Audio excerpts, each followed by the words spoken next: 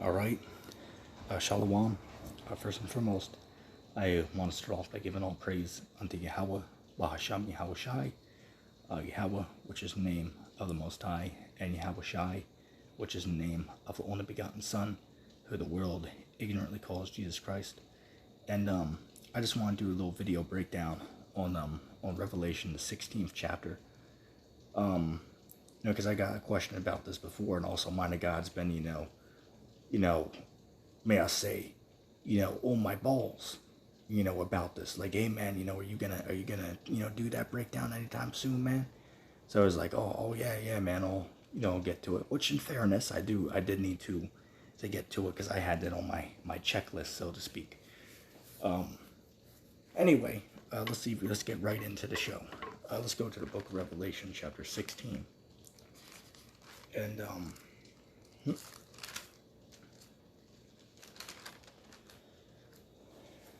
I'll give a quick breakdown of the entire chapter, but then I'm also going to go to other books in the chapter.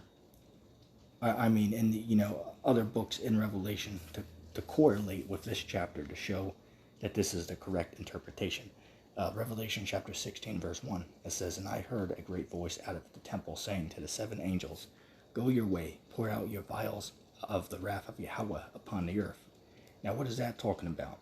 That basically these angels are going to pour out the wrath of the Most High upon the earth. Now, Mind of God will be on there saying that these are the two witnesses. And if that's the case, well, my question would be, well, it says there's seven angels, so even if the two witnesses were two of them, well, who are the five others?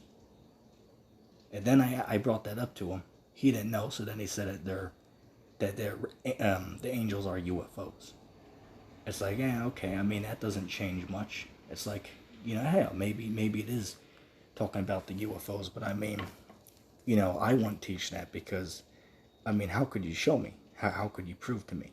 Right now, I know that the angels do, move around in those vehicles if they choose to, right? But they can also show themselves as men as well, right? So I wouldn't say that. If you wanted, that's cool, but, I personally wouldn't say that. But I suppose that's not necessarily, the greatest issue, may I say, whether they're in UFOs or just flying, themselves doing it, right? That's not necessarily a big game changer, for lack of better words.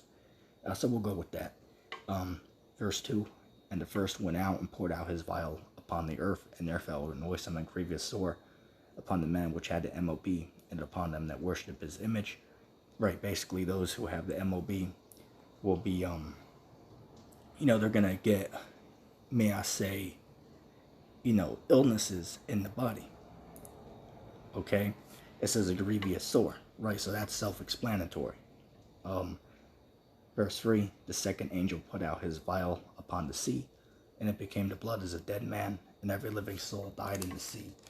Real quick. Oh, and it's funny, because the other week I got into an argument in the comment board with somebody, because they were saying that that plague is talking about the missiles. That's not what it's talking about. It ain't talking about nuclear missiles. That's clearly talking about what it says. Let me read that again, actually. It says what? "And the second angel put out his vial upon the sea, and it became as the blood of a dead man, and every living soul died in the sea." Right, so that's talking about what? That the angel put out his vial onto the sea, right? And the fishes, the animals of the sea, were taken away. Okay, that's what that's talking about. Let's see. And the third angel put out his vial upon the rivers and fountains of waters, and they became blood. Right, and that's literal. And that happened back in, what was that, ancient Egypt, right? When Moses was, showing the signs to Pharaoh, right? To try to get him to allow the Israelites to, be set free, right? That's one of the plagues that was brought upon ancient Egypt, right? So that's literal, right? So you might have people here that turn on their faucets to get water. It might be pure blood that pours out of it, man, right? That's what it's talking about. It's literally talking about these waters being turned to actual blood. Okay. Verse 5, "And I heard the angel of the waters say, Thou art righteous, O Yahweh, which was, and shall be, because thou hast judged thus. For they have shed the blood of saints and prophets, and now has given them blood to drink, for they are worthy. And I heard out of the altar say, Even so, Lord Yahweh, Almighty, true and righteous are the judgments. And the fourth angel poured out his vial upon the sun, and the power was given unto him to scorch men with fire. And men were scorched with great heat, and blasphemed the name of Yahweh, which gave power over these plagues. And they repented not to give him glory. Right, and that's self-explanatory. You have something going on now about, they call it, what is that? Climate change, right? Where basically they say that the planet's getting hotter, right? And that's basically what it's talking about. Now I'll say this, what we're seeing now with all the heat, heat rays hitting the earth, that's not a fulfillment of it. There's going to be a time where it's going to be much hotter, okay? But, basically, it's talking about the angels being able to scorch men with fire from the sun. All right, that's not talking about these weapons of destruction. That's actually talking about the heat from the sun being unbearable to the population, right? Because that's also going to affect the water supply, crops, animals. Lakes and rivers can dry up from that. We're going to have a lot of death, from that plague, man. Okay, so yeah, that's talking about the actual sun. Okay, let me see real quick. It says, And the fifth angel poured out his vial upon the seat of the beast, and his kingdom was full of darkness, and they gnawed their tongues for pain, and blasphemed the God of heaven because of the pains and the swords, and repented not of their deeds. Now, what is that talking about? That's talking about you have something called a EMP, right? Which basically is it's a weapon that a nation can fire at another nation that can wipe out their power supply, right? So my understanding of this is you're going to have blackouts here in Babylon the Great, aka America. Okay, you're going to have blackouts. Okay, people are going to have to go without working electricity for a prolonged period of time. So that is the interpretation of the fifth vial. Let's see. And the sixth angel poured out his vial upon the great river Euphrates, and the water thereof was dried up, that the way of the kings of the east might be prepared. And I saw 3 unclean spirits like frogs come out of the mouth of the dragon, and out of the beast, and out of the mouth of the false prophet.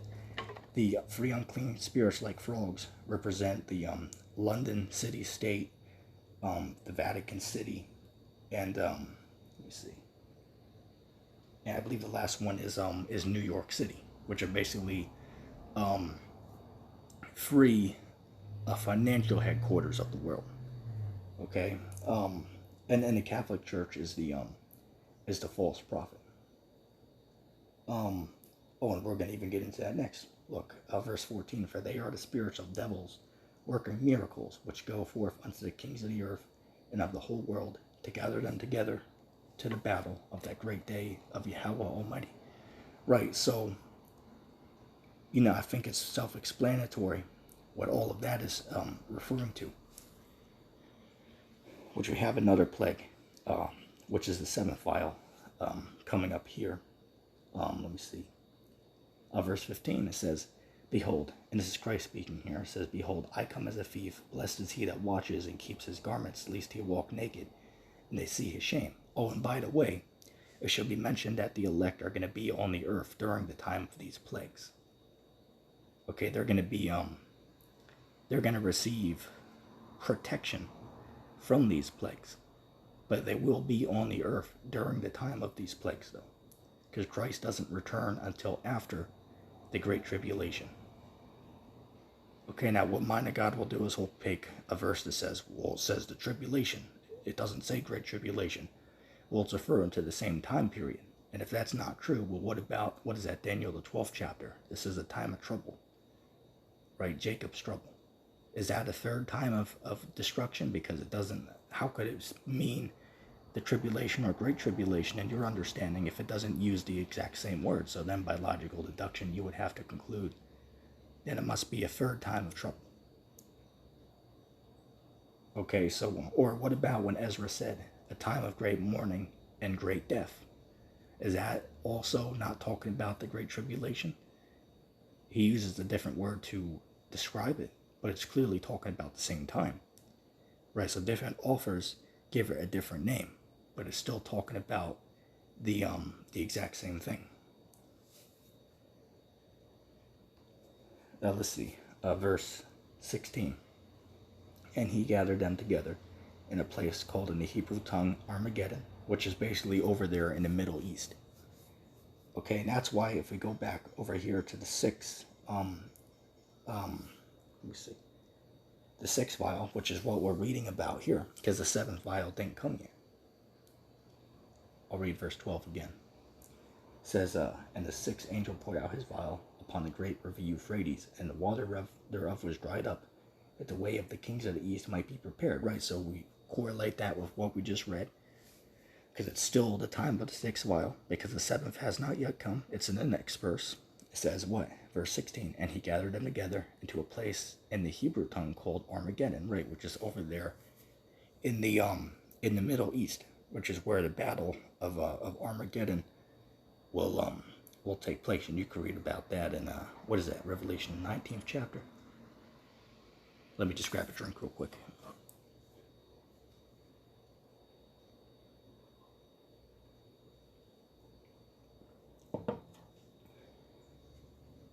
All right. Let's see. A mind of God be top dancing around those scriptures like the bottom half of Betty Ripson. Inside joke. Verse 17. I said, and the seventh angel poured out his vial into the air, and there came a great voice out of the temple of heaven from the throne, saying, it is done. And there were voices and thunders and lightnings, and there was a great earthquake, such as was not since men were upon the earth, so mighty an earthquake and so great. And that great city was divided into 3 parts, and the cities of the nations fell, and great Babylon came in remembrance before Yahweh, to give unto her the cup of the wrath of her, the fierceness of his wrath. And every island fled away, and the mountains were not found. And there fell upon men a great hail out of the heaven, every stone about the weight of a talent. And men blasphemed the God, blasphemed God because of the plague of the hail, for the plague thereof was exceeding great. Now the seventh plague is talking about ICBM nuclear missiles. Okay, intercontinental ballistic missiles is the seventh vial, which is the final plague that the Lord is going to bring upon Babylon the Great.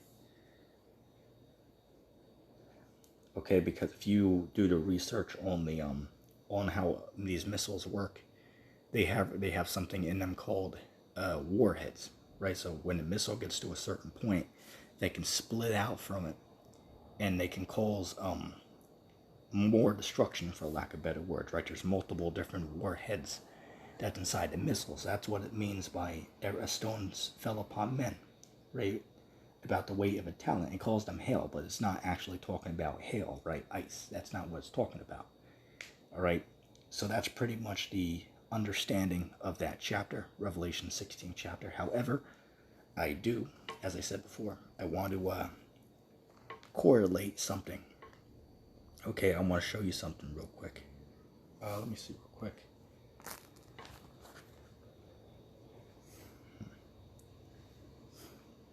Okay, here's a correlation I want to show you. I'll read this verse again, Revelation 16 and verse 17. And the seventh angel poured out his vial unto the air, and there came a voice out of the temple of heaven from the throne, saying, it is done. Now let's go over to Revelation, the 6th chapter. And let me just read some of that real quick.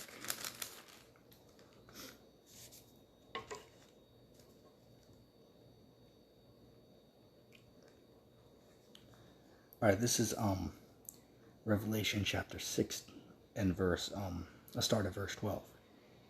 And I beheld when he had opened the 6th seal, and lo, there was a great earthquake, and the sun became blood as sackcloth of hair, and the moon became as blood, and the stars of heaven fell unto the earth, even as a fig cast her untimely figs, which she is shaken of a mighty wind. And the heaven departed as a scroll when it is rolled together, and every mountain and island were moved out of their places. And the kings of the earth, and the great men, and the rich men, And the chief captains and the mighty men and every bondman and every free man hid themselves in the dens and in the rocks and the mountains. Let me turn the page real quick. And said to the mountains and to the rocks, fall on us and hide us from the face of him that sits on the throne and from the wrath of the Lamb. For the great day of his wrath is come, and who shall be able to stand? But let's go back to Revelation 16th chapter. Where we're clearly seeing a correlation that is talking about the same thing. Okay? Verse 18, and there were voices and thunders and lightnings, and there was a great earthquake, such as was not since men were upon the earth. So mighty an earthquake, and so great, that great city was divided into 3 parts, and the cities of the nations fell. And great Babylon came in remembrance before Yahweh, to give unto her the cup of the wrath of her fierceness of her fornication, or of her wrath, and every island fled away, and the mountains were not found. And there fell upon men a great hail out of heaven, every stone about the weight of a talent. And men blasphemed God because of the plague of the hail, for the plague thereof was exceeding great. Right, so now we understand that it's literally the exact same thing that we're reading about that's being reiterated, here in the text. Okay, I also have another one I would like to pull up real quick. Let's go to Revelation, the 14th chapter. Excuse my voice if it's a little low. Let's go to Revelation chapter 14, and let's start at verse, bear with me a moment.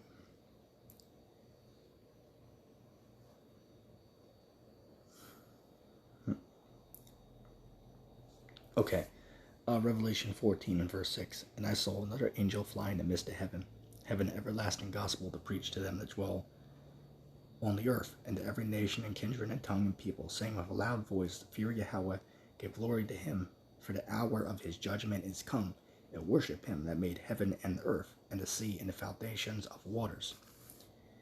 And there followed another angel, saying, Babylon is fallen, that great city, because she made all nations drink of the wine of the wrath of her fornication.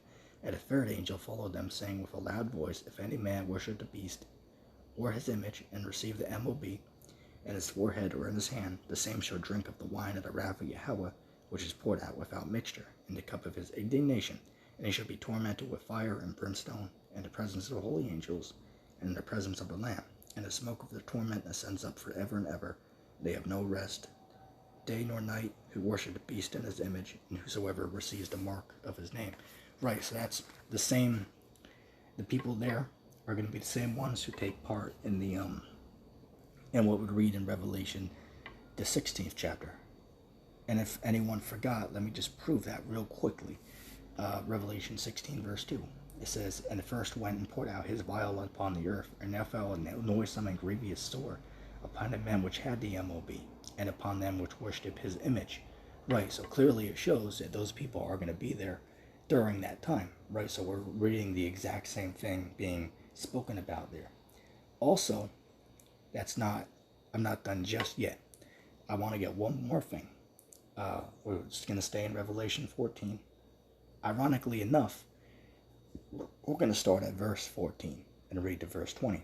It says, and I looked, and behold, a white cloud, and upon the cloud one sat like unto the Son of Man, having on his head a golden crown, and in his hand a sharp sickle. And another angel came out of the temple, crying with a loud voice to him that sat on the cloud, thrust in thy sickle, and reap, for the time is come for thee to reap, for the harvest of the earth is ripe. And he that sat on the cloud thrust in his sickle on the earth, and the earth was reaped. And another angel came out of the temple which is in heaven, he also having a sharp sickle. And another angel came out from the altar, which had power over fire. Let me read that again. You can clearly see the connection between this and Revelation, the 16th chapter. It says, and another angel came out from the altar, which had power over fire. Remember we read about that. And cried with a loud voice, a loud cry to him that had the sharp sickle, saying, thrust in thy sharp sickle, and gather the clusters of the vine of the earth, for her grapes are fully ripe. And the angel thrust in his sickle into the earth, and gathered the vine of the earth, and cast it into the great winepress of the wrath of Yahweh. And the winepress was trodden without the city, and blood came out of the winepress even under the horses' bridles, by the space of 1,600 furlongs. Which what that's talking about is the amount of people who's going to be, put to death by this great calamity. And that goes into, what is that? It's a little reference to Isaiah, the 63rd chapter. Okay, that Christ was in the winepress, saying he wants to, come in and, slay the people. You can read that on your own. But yeah, that's pretty much the breakdown of the last 7 plagues, right? The 7 last vials that's going to be brought upon the earth, which, for the record, the elect are going to be on the earth when that takes place. Okay, they're going to have a divine protection from those plagues. Okay, but they are going to be on the earth during the time of those calamity, because we know that Christ, Yahushai, will not be returning until after all these things take place.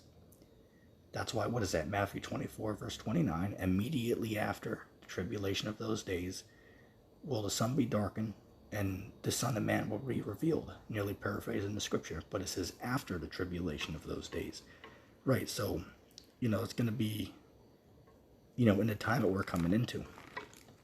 Okay, which this could all go down in a month, man. Right, this could all go down very quickly. Okay, but the thing that's really going to kick off these plagues is when that MOB is, established all over the world. Okay, so I just wanted to give that little breakdown real quick, because I know, a couple people asked me about it, but I hope that video is edifying. You can hit me up down below if you have any questions about it. But of course, I want to end off by giving all praise to Yahweh, Bahasham Yahushai, for this truth, and I'm going to say shalom.